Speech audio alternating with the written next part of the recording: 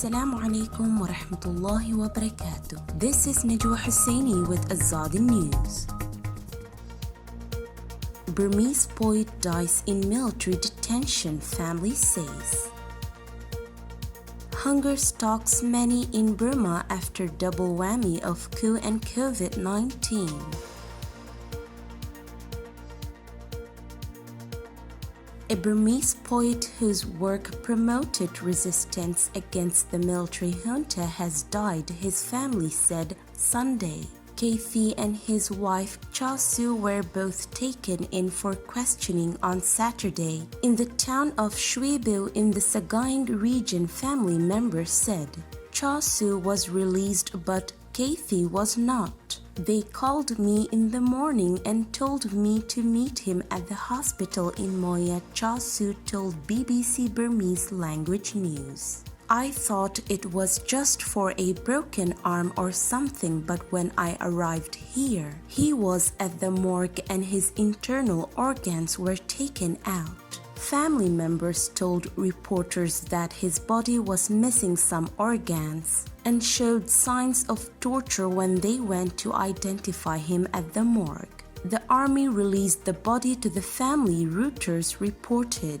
Kathy, who penned the line, "They shoot in the head, but they don't know the revolution is in the heart," was in his 40s according to his Facebook page. The military junta, which seized power in a coup in February, has not publicly commented on the poet's detention or death. Calls to a spokesman for the junta seeking comment were not answered, Reuters reported.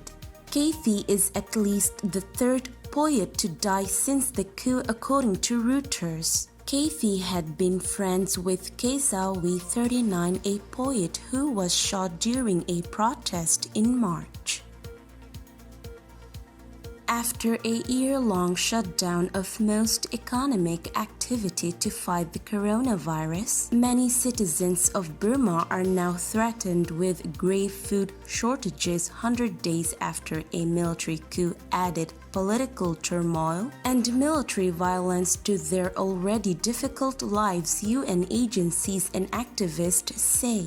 Even before the double whammy of the coup and coronavirus, Burma ranked last in nominal per capita GDP of the 10 members of the Association of Southeast Asian Nations (ASEAN), a legacy of decades of war in border regions and mismanagement by the same military that seized power on February 1st. The situation has gone from bad to worse with the military takeover and the violent repression of widespread popular resistance in a country that shook off 5 decades of military rule a decade ago. Many people in Myanmar are facing hardship now, said Marcus Pryor, Deputy Country Director for the World Food Programme in Myanmar. He added that 3.4 million people could face food insecurity over the next 6 months in cities across Myanmar.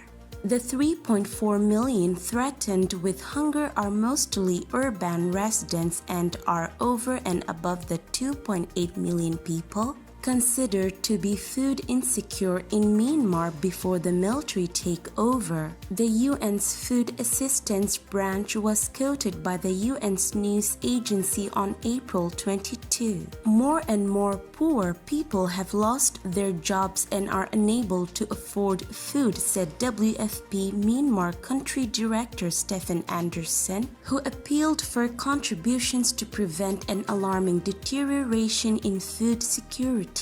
Families in and around the commercial center and former capital Yangon, home to 7.3 million people, were skipping meals, eating less nutritious food and taking on debt to feed themselves after losing jobs and incomes, the agency report said. Military rule and the COVID-19 pandemic together could drive nearly half of Burmese 54 million people into poverty next year, the United Nations Development Programme UNDP has forecast. The two crises has brought the closure of factories that has resulted in the loss of hundreds of thousands of jobs in industrial zones, said labor activist Ye Nang Win.